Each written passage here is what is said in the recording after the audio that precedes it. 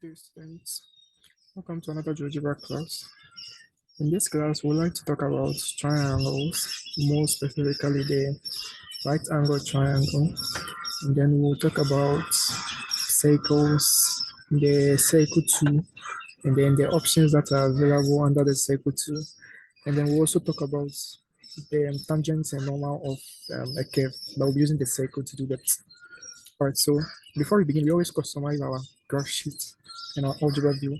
So for the graphic view, we always set it to new points only, and that is to make it more neat and cleaner so that GeoGebra doesn't create a name or a label for every point or segment that is created automatically.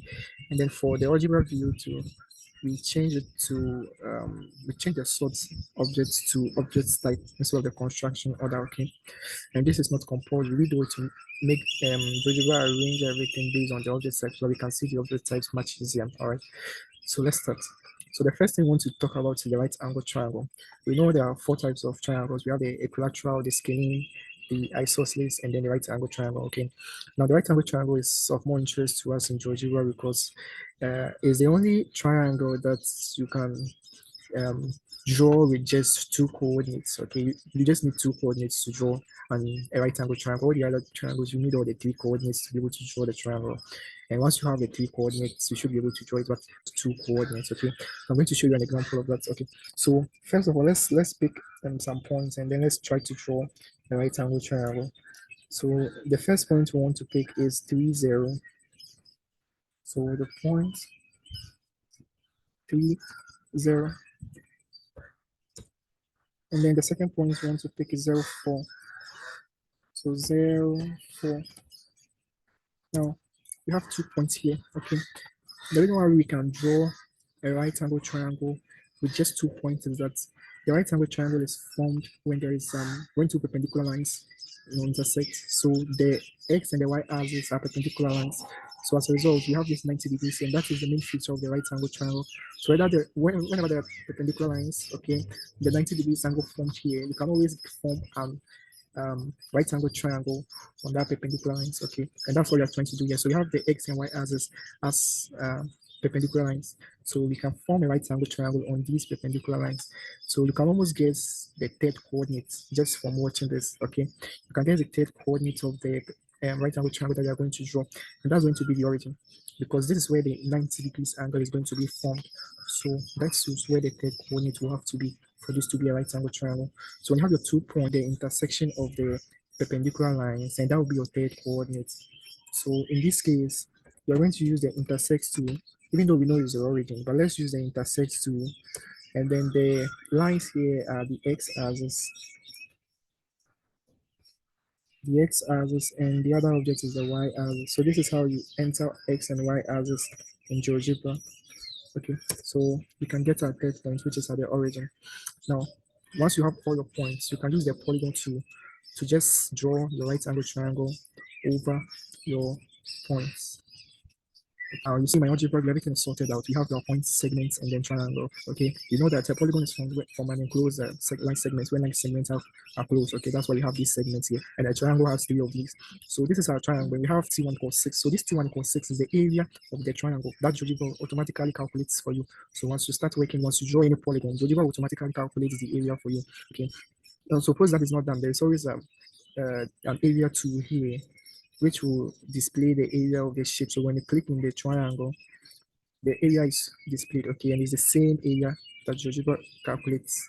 So that's 6 for this particular triangle. Okay, and this can actually be confirmed. Okay, this can actually be confirmed. The reason is that we know that the formula for finding the 8, okay, half the base times the height. So if the formula is half the base times the height, we know that the base here will just be the distance from this point C to this point A, and it's along the x-axis. So it's just going to be the x coordinates for A, since the C's are the origin. So the base here, the length of the base is going to be 3. And you can see it here, B is equal to 3. Okay, B is the base here, the length of the base. So you see it as highlighted. So we can deepen this a bit. We can deepen it so that you can see it clear. So you see when I select B in the algebra view, B is selected on the graph sheet, and that's this line here. So B is equal to 3. So that's the base. So our formula is half the base times the height. The height here, once I select the height, so let's see which one is the height, A or C. So C is the hypotenuse, A is the height. Okay, So have the base times the height. Now the height is just the y value of the b, because b is the highest point of the triangle. So the height will just be from point C to point B, and that's since it's on the y, C is on the origin. So the y value of b is the distance from C to B, and it is 4. So our formula just becomes half the base times the height. The base is 3, the height is 4. So half 3 times 4, and half 3 times 4 is always is going to give you half of 12, which is 6, and that confirms that indeed this is the area of the triangle. Okay, so if you want to see how as the area, as the values or the points change, the area remains the same, we can enter something like D. So let's just assign D to the formula of the area of a triangle. So 1/2, which is the half, times the base. So the base is B times the height, and the height is A, 4. So that's the value there, 4. Okay, so the that is B. So let's name the D. Let's change the D to area so that you don't get confused. So let's actually enter it as area. So area 1. Okay, so area 1 is equal to 6 over here. Okay, and as B changes here, you realize that the automatic calculation of that GeoGebra, and our area is also changing because this is the formula that we inputted, how the base times the height. It is changing, and the value is always the same as the area that GeoGebra calculates for us. Okay, so GeoGebra is actually using the half base times height to do the calculation. So if you also use to do the calculation, you're going to get the same thing. Okay, so the value here, whenever you draw a polygon, so in this case a triangle, the value you get there is actually the area. That's all we're trying to learn today. Okay, so that's how you get the area of any polygon. GeoGebra will automatically calculate it in the algebra view. And if you can't see it in the algebra view, you can always come to this tool here, and then you find the area tool here, which you can use. Just click on the area tool and select your object or your polygon, and then GeoGebra will calculate the area for you. Okay, all right. So let's see another example of this right angle triangle and how having just 2 points is enough. So in this particular example, you realize that we had the points on the axis. So we just use the perpendicular line that is created by the x and y axis. Okay, so in x2 coordinates on the axis, what do you do? So let's look at one of those examples. So let's create a point here. Okay, let's create a point here, D, -74, and then let's create another one also here, that's E, which is -41. Okay, so it looks similar to what we had here. Okay, just like it seems shifted a bit. So how then do we draw a right angle triangle here when we are not using the x and y axis?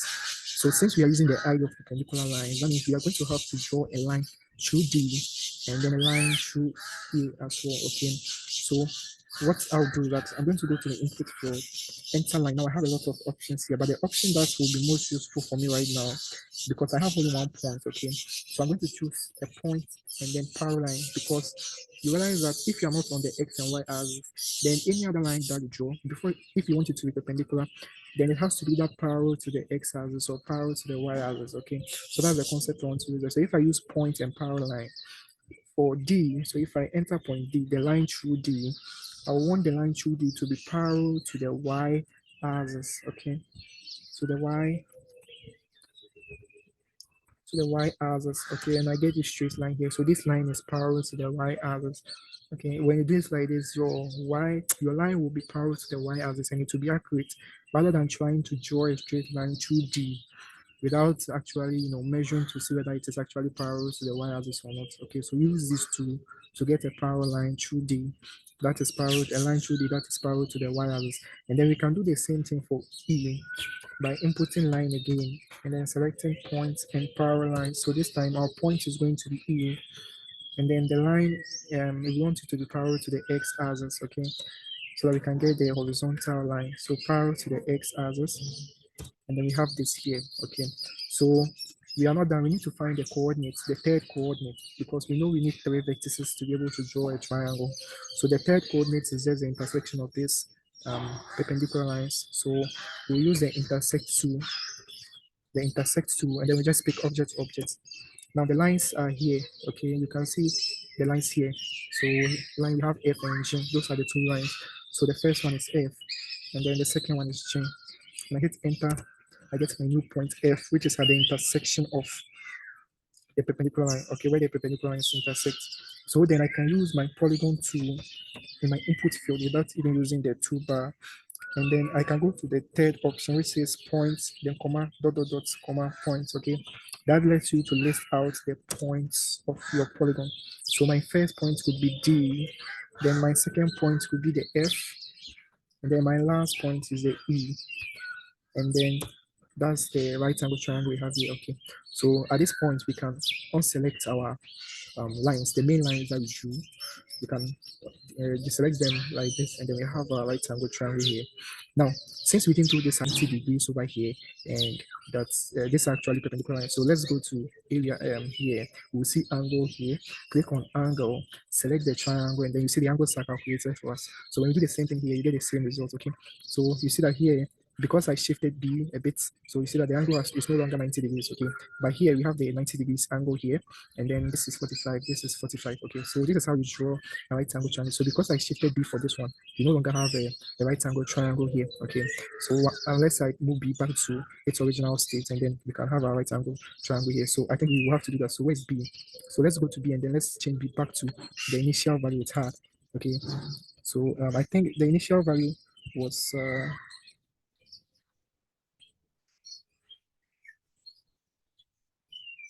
the initial value was 30. Okay, that one was for the A, so 04. Yeah, 04. Okay, so let's input it. So you can double click on the B. Once you double click on the B, you can now change the value back to 0, and then 4, 0, 4. And then when B is sent back to its initial position, you can see the angle has now been 90 degrees. Okay, so this is a right angle triangle now. This is a right angle triangle now. So once B moves along the y-axis or outwards, then the angle is going to change from 90 degrees, and it will no longer be a right angle triangle. So our second triangle is here, T2, and the area has been calculated by GeoGebra as 4.5. Okay, and this 4.5 is also, when you use the area 2, you are going to get the same value of 4.5. Okay, so that shows that GeoGebra automatically calculates the area for you as you work. And then for right angle triangle, you only need 2 coordinates, and then you can get a third one because you just need the idea of perpendicular lines, and then you're able to get your third coordinate. Okay, so now that we have that, we can now move to circles. So let's remove our points and lines and angles so that we can start working on our circle. If you don't want to do this, you can create a new sheet. Okay, so that you can start working there. But I want all my work in one sheet. That is why I'm going to continue to use this particular sheet. So when you go to file, you see new window and new. New will create a new workspace, but it will keep your settings. Okay, it will keep your settings, like the options we did, the labeling, we set it to new points. So when you go to new in file, it will create a new sheet, but it will keep all those settings. New window, however, will reset every settings to its original state. So those are the purpose of the two. But we'll continue to use this sheet so that we get everything in one sheet. Okay. So let's look at circles. Now, there are several ways to draw a circle in GeoGebra, okay, depending on your needs. If you just need a circle to do an explanation, or you want to do a calculation, whatever you want to do in GeoGebra, it gives you several options of drawing a circle.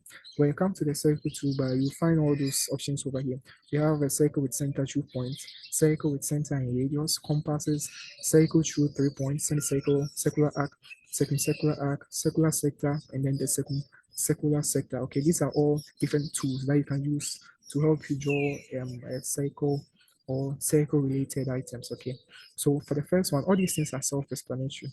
The only thing you need to know is the requirements, and then how it looks like after you have used the tool. Okay, so that's what we will try and do right now. So the first one is circle with center 2 point.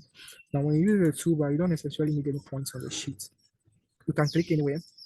Okay, and then so this one is the center. I have selected the center, but I'm not done. As I move my cursor, the circle enlarges, and then if I am happy with the radius of the circle, I just click that place, and then that's it. If I had another point somewhere there, I could use that and then enlarge it to that point, and then I click again, and then the circle will be created. Okay, this same tool that we use here, that's the circle with center 2 points.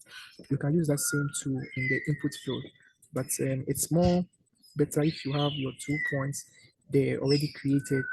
Then when you go to the input field and enter circle, you'll see numerous options as well. So we have point, radius, then point, then segment, then point, points, line point, and all that. all the options are here. So what we just did is circle and then point, point. Okay, that's circle through the point. So the first point is going to be the center, and then the other one is going to be the how I think the radius. So you see that it has drawn it here. So the circle will pass through the second one. The first one will be the center, and then the second one will be the one that the circle will pass through. That will determine the radius. Okay, so hit enter and the circle is created. And then you will notice that GeoGebra is creating the equations of these circles in the algebra view. You can actually see the equations of the circles here. Okay, so if you want an equation of a circle, it is automatically being calculated here. All right, and you also know the area of a circle, and you know how to find the area of a circle, which is using the formula pi r squared. Okay, but you can also use the area too, as we saw during the polygons, to also calculate the area of the circle. You just click on the circle, and then the area will be calculated for you. When you click on the circle, the area can be used on circles as well. Okay. So moving back to the tools that we have here, we have circle with center and radius. What this does is that when you click on a place where you want your center to be, GeoGebra is going to pop up this menu and ask you for a radius. So you can enter a radius 3 and hit enter. It will draw your circle for you. So this is more effective if you want a fixed radius. Okay, if you have a radius that you want for your circle, you can use this tool to create a circle with that particular radius. Now compass requires 2 points. Okay, compass requires 2 points. So let's create 2 points. So one of those points is going to be the is going to be the center, and the other one is going to be where the points the circle is going to pass through. The point where circle is going to pass through. Okay, so here let's select the compass through and let's look at it. So if I click the first point, then I click on the second point. Now a circle is created. Okay, so this circle it has created a circle. So this can be the center, or I can move the circle anywhere and then put it there, but it will have this the line segment from L to M as its radius. Okay, that will be its radius. So if I want it here, I'll just leave it there, or if I want to move it somewhere else before I put it there, then I'll just move it there and then I'll place it there. Okay, then this is now the center. So that is how the compass works. Okay, and then we have other options too. I think so. The last one here is a circle through 3 points, and then if you use that one, so let's say we have these 2 points. So first I click on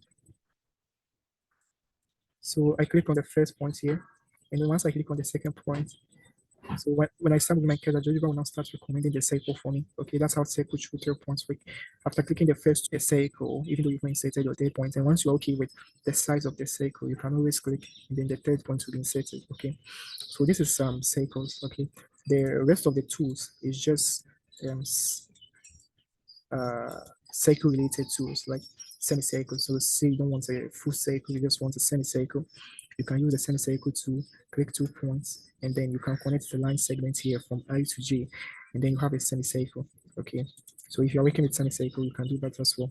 Then we have the circular arc, the circumcircular arc, circular sector, and the circumcircular sector. Okay, all these things have their purpose, so you can explore with them. You can find out what you do. So there's the center, and then 2 points, and then you can get a circular arc.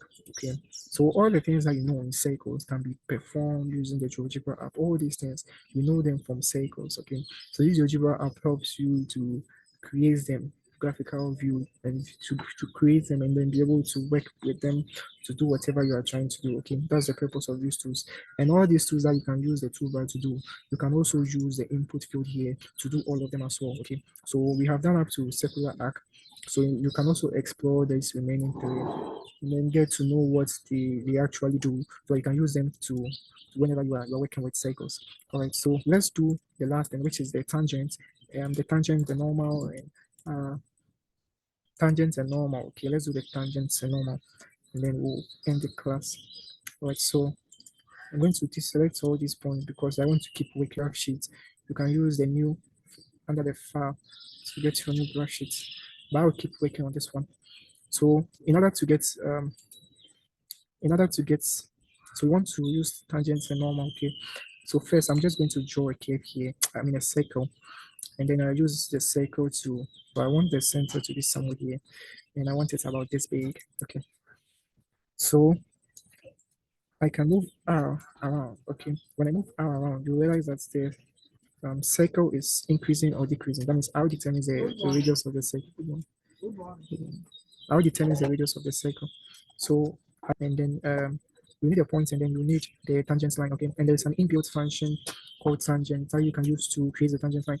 I don't want to use R because R changes the radius of the cycle. So I'm going to put a new point there. So let me see. Okay, there's no S. So I'm going to name the point S. And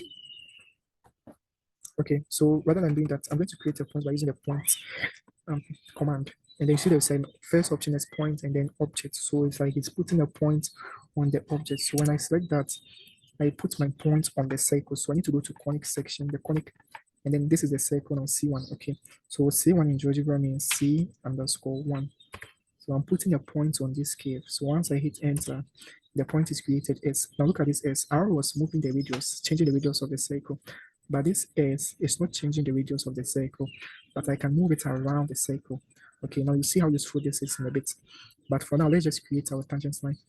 So to create a tangent line, you can use the inbuilt command tangents, and then they said a point and then the conic. Okay, that's what you want. So the point, you want the tangent to be at S. So S, and then the conic is the circle. Okay, and that is C1. So C underscore 1. Then when you hit enter, you have the tangents line here. And the equation of the tangents is automatically calculated here. Under your line, you see that there's a new line here. That is the equation of the tangent here at that point.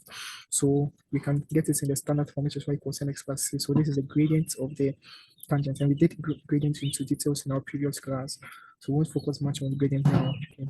So we have the tangent here. Now look at this. When I move the other around, you see that the tangent line, the line remains tangent to the circle. Okay, this remains tangent to the circle regardless of how I move this. Now let's talk about the normal before we end this. So the normal is the line which is perpendicular to the tangent at any point. Okay, so if I want a normal here, it is just like drawing a perpendicular line that passes through point S and is perpendicular to this line here, and the line is I. Okay, so let's go to input field.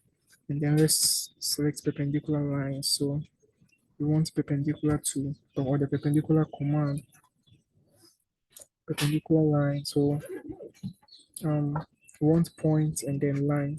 So the point is going to be at S, and then the line is going to be I.